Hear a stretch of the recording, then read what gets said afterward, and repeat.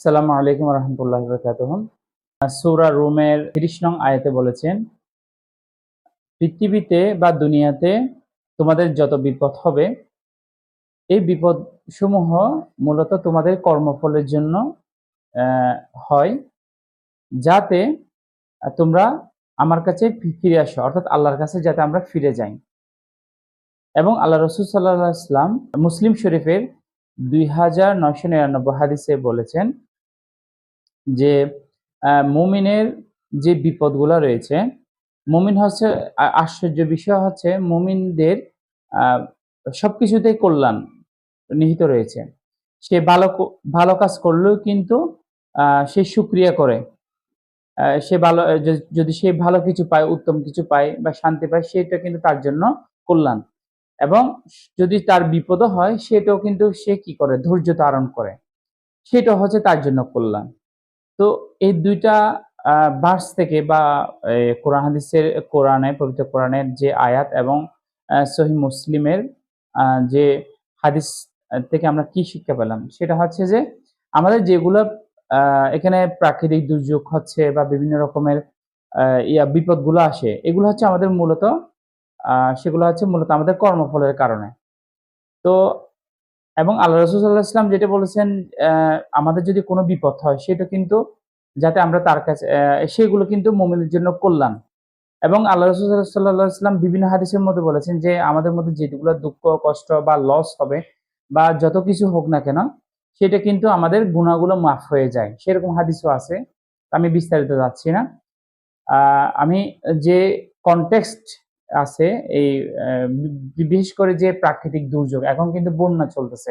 এই বন্যার মধ্যে যে প্রাকৃতিক দুর্যোগ হচ্ছে, এই প্রাকৃতিক দুর্যোগের মধ্যে আল্লাহ রাসূল সাল্লাল্লাহু আলাইহি ওয়াসাল্লাম এবং নবীগণ ওনারা কিভাবে চাইতেন বিপদের সময়, এবং আমরা কিভাবে চাই, তার সেই মূল কনটেক্সটটা আমি এটা নিয়ে আলোচনা করব।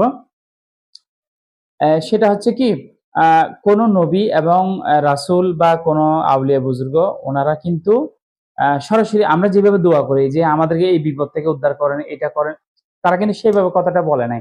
তারা বলছে যে কি, এ আল্লাহ মানে এ আল্লাহ আমাদের গুনাহগুলা মাফ করেন। আগে নিজেই তওবা করছেন নিজেদের কর্মফল নিয়ে। ঠিক আছে?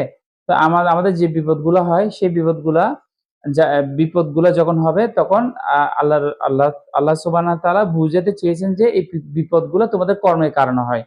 তো সেজন্য নিজের প্রতি তওবা করত। তো আমাদের এখন বন্যা হচ্ছে বা জলোচ্ছ্বাস হচ্ছে, ভূমিধস হচ্ছে, ভূমিকম্প হচ্ছে।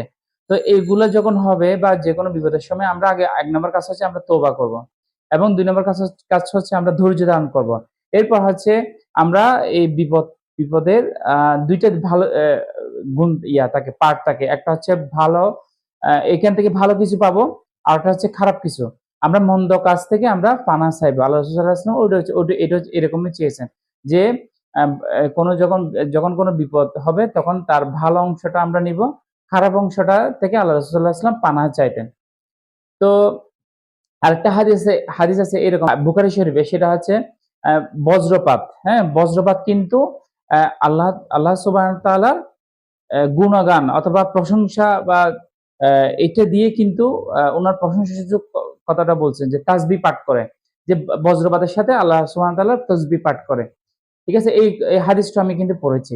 তো এটা দ্বারা আমরা কি বুঝাই? আমরা যে যখন বজ্রপাত হবে, সেটা কিন্তু খারাপ কিছু না। তো বজ্রপাতের কারণে কিন্তু আমরা বৃষ্টি পাচ্ছি। ঠিক আছে? আবার এখানে আমাদের কারো উপকার হচ্ছে, কারো অপকার হচ্ছে, কারো ক্ষতি হচ্ছে, কারো লাভ হচ্ছে। আমরা ক্ষতিটা থেকে আমরা তাওবা এবং ধৈর্যের মাধ্যমে চাইবো এবং নামাজের মাধ্যমে চাইবো। ঠিক আছে? আমরা সরাসরি চাইবো না যে মানে আল্লাহ সুবহানাহু ওয়া তাআলার কাছে, "আরে আল্লাহ, আমাকে এটা বন্ধ করে দেন। আমার এই বিপদ কেন দিছেন?" ঠিক আছে? আমাদের এই ভূমিধসটা কেন দিছেন? হ্যাঁ? আমাদের এটা পানা চাই। এটা হলে কি হবে জানেন? আল্লাহ সুবহানাহু ওয়া তাআলা মনে করবে যে তুমি নিজে অনুতপ্ত হও নাই। তুমি আমার সিদ্ধান্তকে নিয়ে কি করতেছ? প্রশ্ন তুলতেছ। আল্লাহ সুবহানাহু ওয়া তাআলা জিনিসটা ওভাবে নিবে। তো আমাদের দুয়ার মধ্যে কিন্তু কি থাকতে হবে? কার্টেসি থাকতে হবে। আল্লাহ সুবহানাহু ওয়া তাআলার যে কিভাবে আমাদের দুর্যোগগুলা দিচ্ছে, বিপদগুলা দিচ্ছে, সেগুলো আমাদের বুঝতে হবে। মূল কনটেক্সটটা বুঝতে হবে। এগুলো না বুঝে আমরা যেকোনো কিছু হলে আমরা বলি কি, হে আল্লাহ, আমাকে এটা দিলেন কেন? ওইটা আমাকে দেন না কেন? আমরা অভিযোগ করি। আমরা এই অভিযোগগুলো করব না। আমরা ধৈর্য ধারণ করব, যে কোনো কিছু, যে কোনো ফাইসালা আমরা মুমিনদের যে কোনো বিষয় ফাইসালা আমরা সবসময় কি করব, এটা মেনে চলবো। সবকিছু কল্যাণকর আমাদের জন্য, নেগেটিভ কিছু না। তো এখানে আমি একজন জৈনিক বুজুর্গের কথা একজন ঘটনা আমি কোট করব। সেটা হচ্ছে যে আগে বলে রাখি, কোন বুজুর্গ আউলিয়া ওনাদের মেন্টালিটি বা ওনাদের যে মেন্টালিটি রয়েছে, মনস্তাত্ত্বিক বিষয়গুলো রয়েছে, সেগুলো কিন্তু আপনাদের সাথে মিলবে না বা সাধারণ মানুষের সাথে মিলবে না।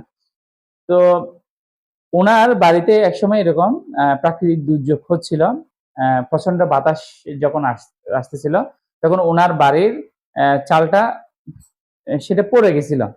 এখন এই চালটা যখন পড়ে গেছিল, তখন উনি চিন্তা করলো যে এটা আল্লাহ তাআলার পক্ষ থেকে আসছে, এবং এই চালটা উনি আর ধরেও নাই, এটা পড়ে গেলে জাগা, ঠিক আছে, এটা আল্লাহ তাআলার ফয়সালা হিসেবে উনি সেভাবে নিয়েছিল। তো আশ্চর্যজনক বিষয় হচ্ছে, সাথে সাথে ওই যেটাই ছিল বাতাসের যেটা ভয়াবহতা ছিল, ওটা কিন্তু সাথে সাথে আল্লাহ সুবহানাহু ওয়া তাআলা বন্ধ করে দিছে। তার মূল কথা হচ্ছে কি, আল্লাহ সুবহানাহু ওয়া তাআলা চাচ্ছে যে কি আমার বান্দারা আমার কাছে ফিরে আসতেছে কিনা, সেজন্য উনি বিপদ বা বিভিন্ন ভয় এই জিনিসগুলা কিন্তু দেয়। সেজন্য আমাদের এটা বুঝতে হবে। আরেকটা বিষয় হচ্ছে যে এই যে বিপদ গুলা দিচ্ছে, হ্যাঁ, এই বিপদগুলা কিন্তু আমরা সবসময় সাদরে গ্রহণ করব। আমরা যে সাদরে গ্রহণ করতে না পারি সবসময়, এটা যদি আমরা অসন্তুষ্ট প্রকাশ করি, তাহলে এটা আল্লাহ সুবহানাহু ওয়া তাআলার ক্রোধটাকে আরো বাড়িয়ে দিবেন।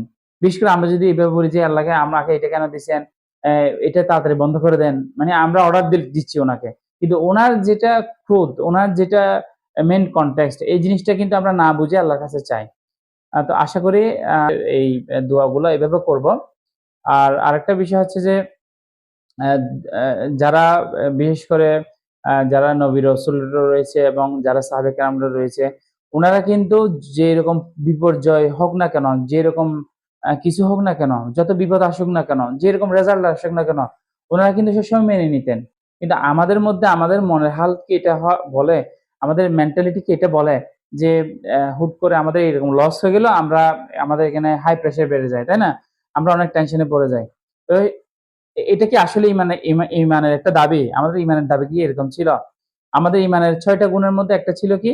আ না সেটা হচ্ছে তাওয়াক্কুলের উপর বিশ্বাস। ঠিক আছে? আ অথবা তাকদীরের উপর বিশ্বাস, তাকদীরের উপর বিশ্বাস। তো আমরা তাকদীরের উপর ভালো-মন্দ সবগুলো আল্লাহর পক্ষ থেকে হয়। সেগুলো কি আমরা মুখে বলি, কিন্তু আমরা কি অন্তরে মেনে নিয়েছি? আমরা মেনে নিই নাই। তো সেজন্য আমাদের আল্লাহ তাআলার ক্রোধটাকে বুঝতে হবে এবং আমাদের নিজেদের গুনাহ সম্পর্কে আ চিন চিন্তা করতে হবে। বন্যার মধ্যে অনেক মানুষই ক্ষতিগ্রস্ত হচ্ছে। আমরা অবশ্যই তাদের পাশে দাঁড়াবো। মানবিক যেটা বিষয় আছে আমরা সেটা করব। এটার মধ্যে আল্লাহ তাআলা কিন্তু আমাদের পরীক্ষা করতেছেন। তো এটাও কিন্তু আমরা সবাই মিলে আমরা যার যতটুকু সামর্থ্য আছে সেটা ইনশাআল্লাহ করব। আসসালামু আলাইকুম।